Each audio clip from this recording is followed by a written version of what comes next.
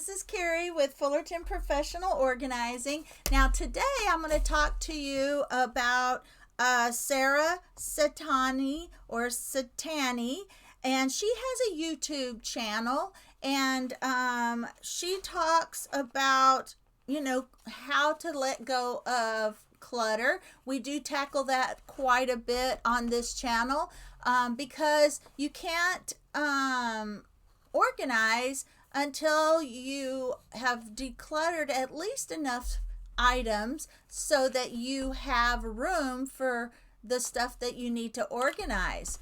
If you run out of space, organizational space, then it can't be organized.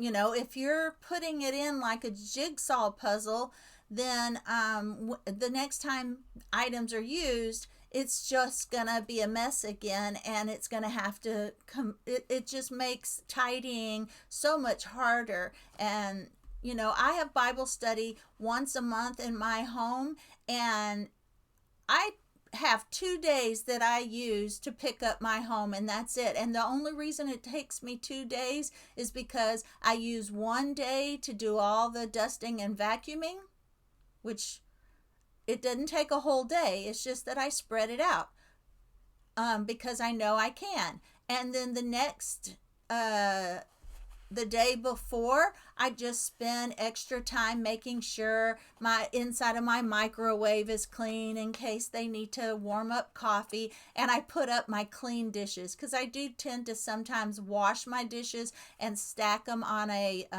towel on the side of my sink, and so I need to put up those clean dishes before I have Bible study the next day.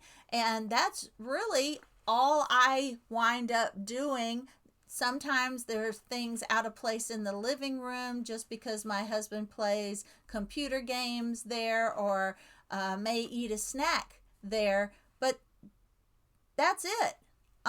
We don't use the guest bathroom that often, which is near the living room, but I will make sure that the sinks are clean and the toilet is clean, and that's about it. That's all I have to do before I have Bible study, because I keep my house in a way that's easy to clean because I don't have a lot of stuff, clutter, or a lot of stuff that doesn't get used other than decor pieces.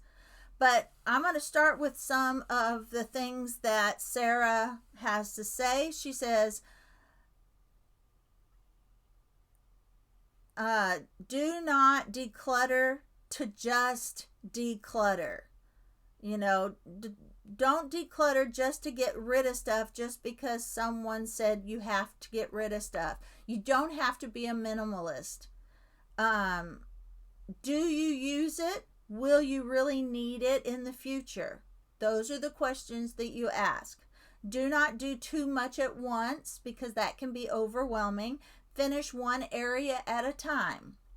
Do not declutter just like someone else does.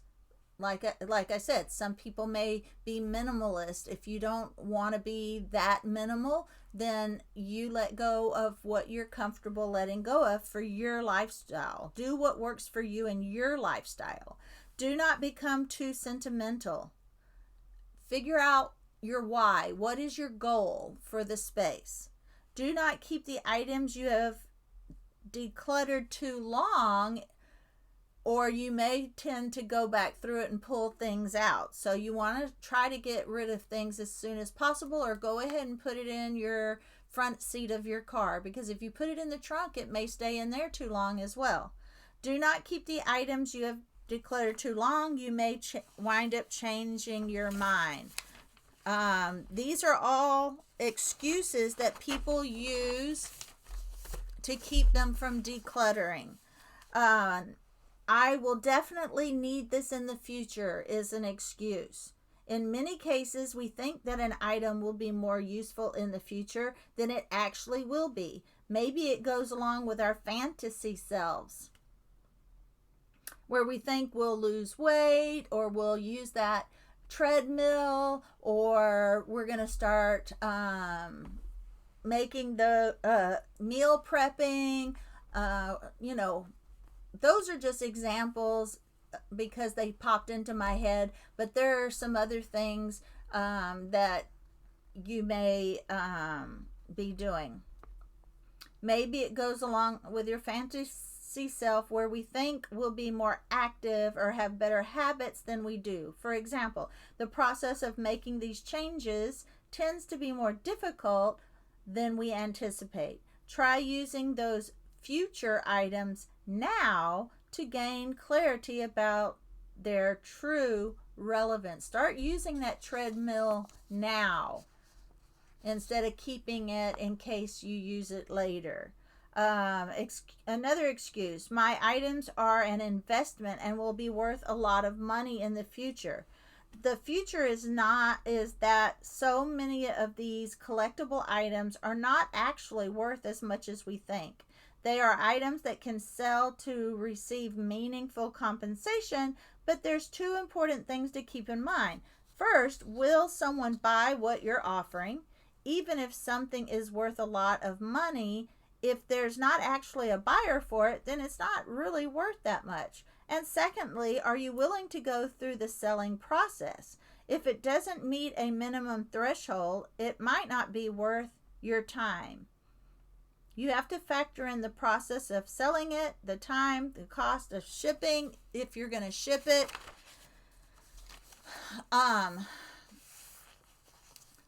Yeah, that's a tough one. That goes along with I'm saving this for future generations. There are instances where too much significance is put on items that aren't going to be desired by family members. If someone passes away with a whole lifetime's worth of stuff, it is likely that most of it will be discarded.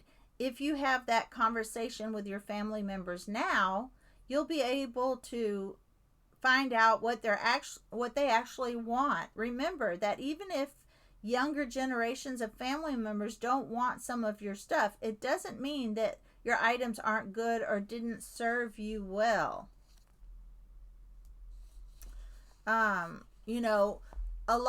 Sometimes people think that their kids or their grandkids are going to want to use these items because they belong to their parent. And that's not necessarily so. Or they buy something at a garage sale thinking one day down the road it's going to be worth so much money, I'm going to be rich someday, instead of living for today. And you're living for the future when this item is worth so much money that you become rich, or something like that. I think it's better to just live for today.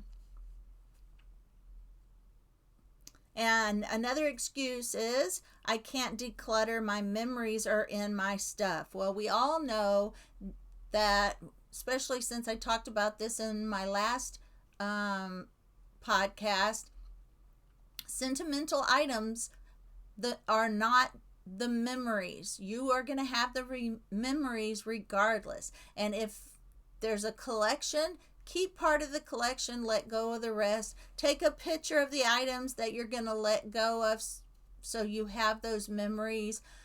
Make a scrapbook of all the memories and then let go as many as you can. And then there's the excuse, I'm too busy and it's just not the right time excuses. Saying that you can't declutter anything in a given time can be very limiting. It is time consuming to declutter massive amounts of stuff, but you can build daily decluttering habits into your life. As you use an item, decide if it's still something worth keeping. You don't have to treat decluttering as it's this active phase where you can't do anything else.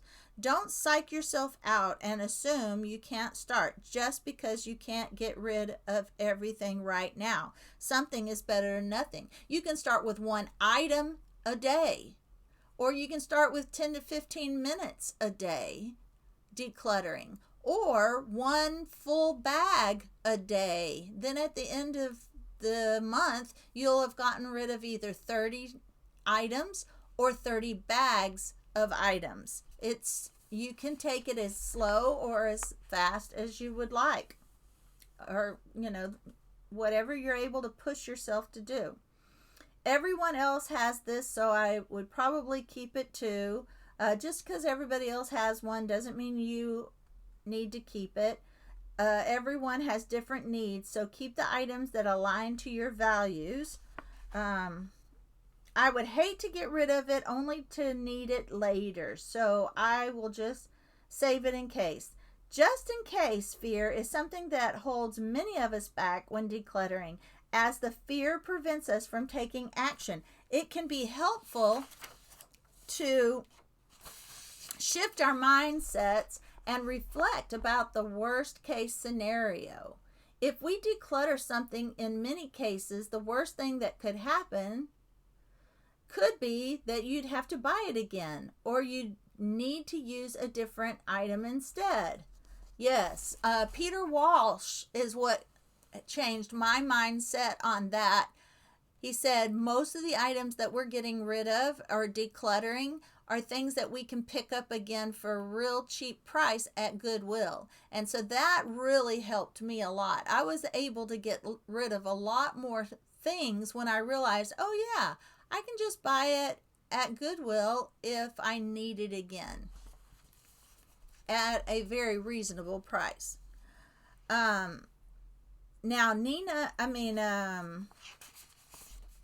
Sarah Settanni said that in her decluttering journey, she decluttered thousands of items, but there was only one item she had to repurchase.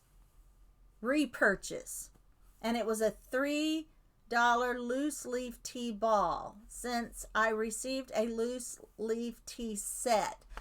She had let go of a tea ball, but then somebody gifted her a tea set, and so she did have to repurchase a tea ball so she could drink the tea that she was given. But other than that, letting go of these items can also help us move past several other clutter side effects, such as the time and energy used to clean, maintain, and repair these items, in addition to the space it takes up in our home. Now, I will keep these items so I don't contribute to the landfill. That's another excuse people use. I've got to repurpose it. I've got to recycle it because we don't want it in the landfill. It's tough to envision the possessions that we care about, or even those we don't, all going to the landfill, especially if we try to live more sustainable lives. However, even though it's not a happy thing to think about, most items will become trash, whether it happens during our lifetime or at some point in the future. While there are certainly much better uses for many items, sometimes disposal is inevitable, and we shouldn't beat ourselves up for it. Your home is not a storage unit for garbage. Let these items go and work to limit the purchase of designated for the dump items going forward. All right, now I'm going to do a little review of what I heard her say in her YouTube videos. I've watched a few of her YouTube videos, so everything here is a collection. None of it's just from one video. But Sarah reviews the different excuses we make about our clutter and how we can switch up that thinking so we can take action and move forward. Don't do doing nothing because you can't do everything. Do something. Sarah says we've all been there. You're making some progress with decluttering, when all of a sudden it comes crashing to a halt because you are not able to move past a certain item. And we make these excuses for ourselves. Wait, don't declutter that. yet because, etc., etc., etc.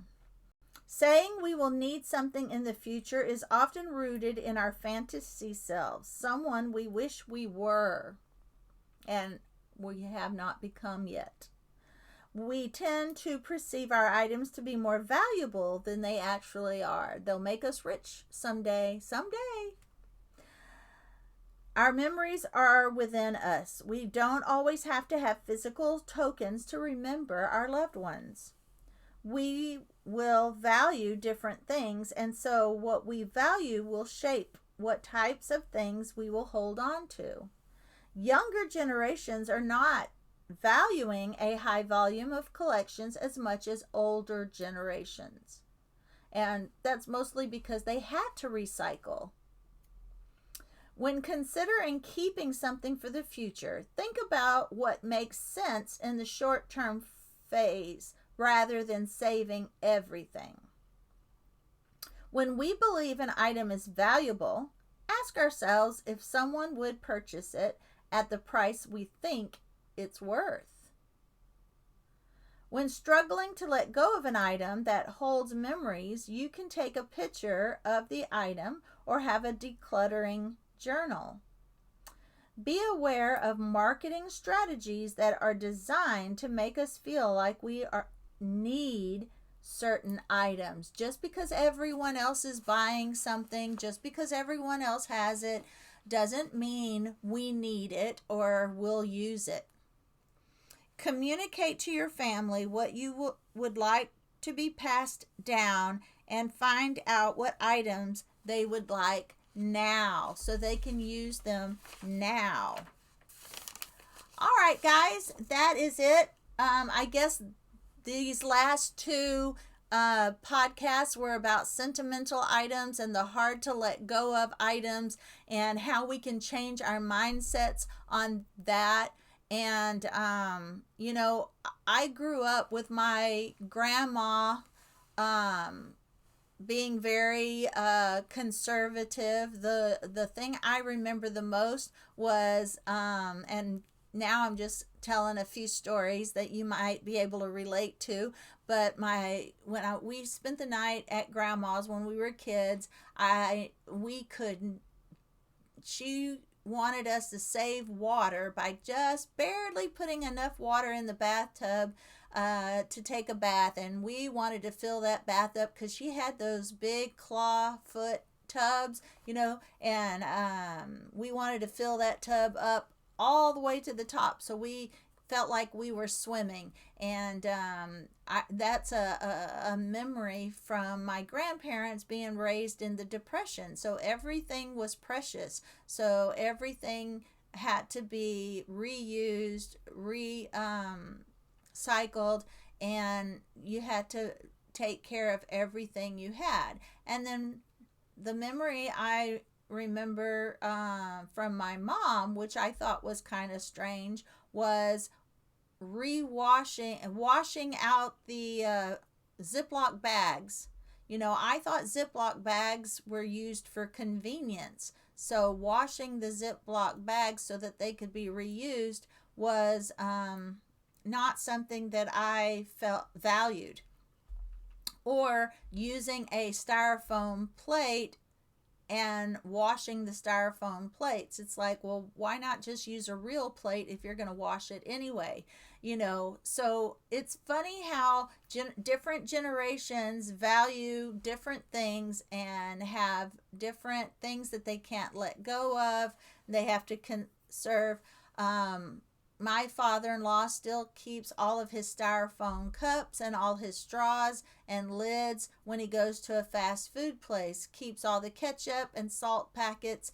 But the problem with that is, and we were doing the same thing here, keeping all the ketchup packets and the salt packets, is they would never get used. We would save them, but they would never get used. So if you do save those items, do use them. Maybe put the salt in the salt shakers, put the pepper in the pepper shakers. Use the ketchup packets first before you grab the canister of ketchup, and It has nothing to do with sentimental items, but these are additional items that people hold on to and then never use them, and they start filling up bowls on the countertop or space in the refrigerator, and they just never get used or reused. If you have that styrofoam cup and you keep using the same styrofoam cup over and over and over, that is an entirely different thing. But if you collect every styrofoam cup from every restaurant fast food restaurant, then you wind up with a whole collection of styrofoam cups and a whole collection of plastic cups and glassware in your cabinets that you can't possibly use all of that. So think about what you actually use, love, and display in your home, and keep only the things you use, the things that you think are beautiful that can be displayed. Let's not be pack rats. And as you can see, I am not a minimalist, but I do enjoy my decor, and I do rotate, not recycle. I do rotate my decor, and that is entirely okay. You don't have to be a minimalist, but you don't want things that you don't use or that you can't display as something beautiful to just pile up and collect dust so that it's down in the basement or the garage and never sees the light of day. All right, guys, I hope that this podcast is very helpful to you. I do appreciate you, and I thank you for watching and listening, and I will see you on the next one.